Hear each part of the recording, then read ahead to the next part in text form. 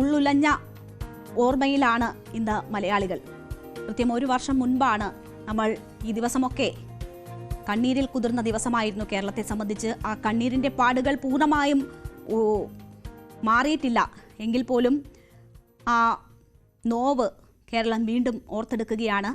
വയനാട് ദുരന്തത്തിന് 1 വയസ്സായിരിക്കുന്നു. മേപ്പാടി പഞ്ചായത്തിലെ 3 വാർഡുകളെയാണ് ദുരന്തം തകർത്തെറിഞ്ഞത്. പുഞ്ചിരിമട്ടം മുതൽ ചൂരൽമല വരെയുള്ള 8 കിലോമീറ്ററിൽ പ്രകൃതി താണ്ഡവമാടിയ ദിനമാണ്. 298 മരണമാണ് അതിൽ ഔദ്യോഗികമായി സ്ഥിരീകരിച്ചത്.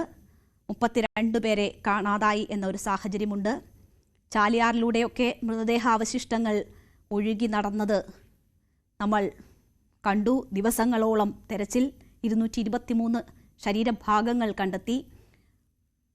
കേന്ദ്ര സംസ്ഥാന സേനാ വിഭാഗങ്ങളിൽ നിന്നായി ഏതാണ്ട് 1800 പേർ ദിവസങ്ങളോളം രക്ഷാപ്രവർത്തനത്തിൽ ഏർപ്പെട്ടു. 1 വർഷത്തിനിപ്പുറം ആ ദുരന്തത്തിന്റെ ഓർമ്മ ദിനത്തിൽ ദുരന്തത്തിൽ മരിച്ചവരെ കൂട്ടമായി സംസ്കരിച്ച പുത്തുമലയിലെ ഹൃദയഭൂമിയിൽ സർവമത പ്രാർത്ഥനയും പുഷ്പാർച്ചനയും നടന്നു.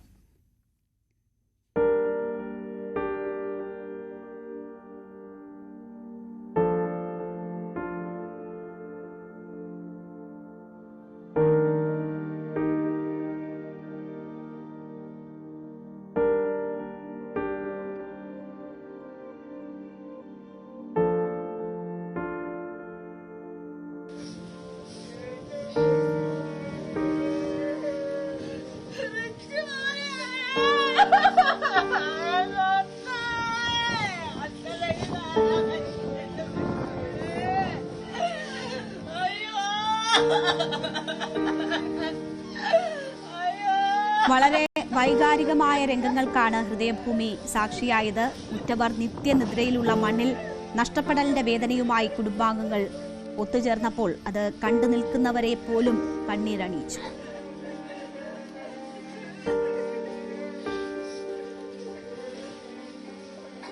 തൊണ്ണൂറ്റിയെട്ട് പേരുടെ ചിത്രങ്ങൾക്ക് മുൻപിൽ പോലീസ് ഗാർഡ് ഓഫ് ഓണർ നൽകിക്കൊണ്ടാണ് അനുസ്മരണ ചടങ്ങുകൾ തുടങ്ങിയത്.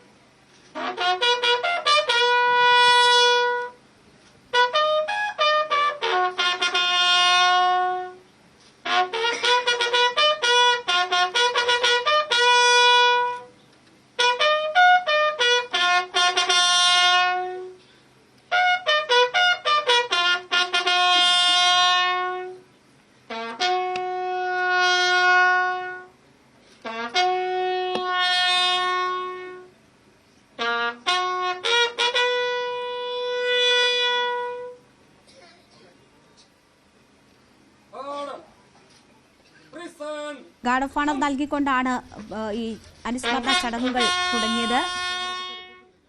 അതിനുശേഷം മന്ത്രിമാർ പങ്കെടുത്ത അനുസ്മരണ യോഗവും നടന്നു.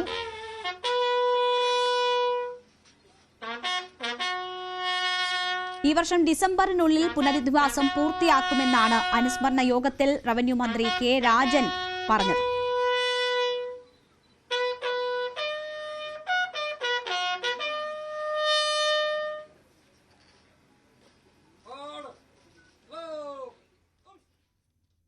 നമുക്ക് ദുരന്തഭൂമിയുടെ ഇന്നത്തെ ചില കാഴ്ചകൾ കൂടി കാണാം. മുണ്ടക്കൈ ചൂരൽമല പ്രദേശം ഒരു പ്രേതഭൂമിയായി മാറിയിരിക്കുകയാണ്. ആളുകൾ അവിടെ നിന്ന് ഒഴിഞ്ഞു പോയതോടുകൂടി വന്യമൃഗങ്ങളുടെ വിഹാര കേന്ദ്രമായി ആ പ്രദേശം മാറിയിരിക്കുന്നു. നമുക്കറിയാം, ഭൂമിയിലെ സ്വർഗമെന്ന് പോലും പറയാൻ പറ്റുന്ന തരത്തിൽ മനോഹരമായിരുന്ന ഇടമാണ്. അവിടെ വന്യമൃഗങ്ങൾ കുടിയേറിയിരിക്കുന്നു. പകൽ സമയത്ത് പോലും ആനകൾ ഉൾപ്പെടെ അവിടെ എത്തുന്ന നിലയിലേക്ക് ആ സ്ഥലം മാറിയിരിക്കുന്നു.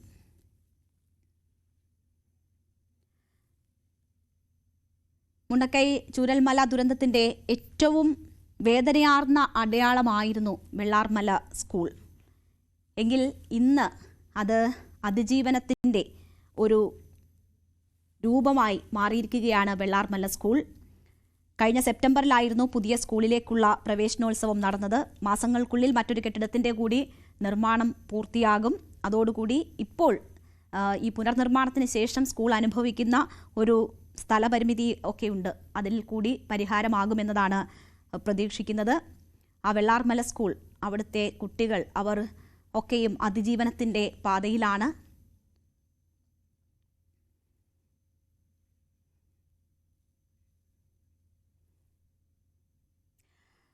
ആ ഭൂമി അത് പ്രേതഭൂമിയായി മാറി. ഉറ്റവരെ നഷ്ടപ്പെട്ടവർ, ഒരു കുടുംബം തന്നെ ഇല്ലാതായ സംഭവങ്ങളൊക്കെയുണ്ട്. അവശേഷിക്കുന്നവർ പക്ഷേ ഇപ്പോൾ അതിജീവനത്തിൻ്റെ പാതയിലാണ്. ടൗൺഷിപ്പ് നിർമ്മാണം ഡിസംബറോടുകൂടി പൂർത്തിയാക്കുമെന്ന് സർക്കാർ ഇന്നും മന്ത്രി ഉറപ്പു നൽകുന്നു. അതിവേഗം ആ അതിജീവനം സാധ്യമാകട്ടെ എന്ന് നമുക്ക് പ്രാർത്ഥിക്കാം, പ്രതീക്ഷിക്കാം. ഇടവേളയിലേക്ക്.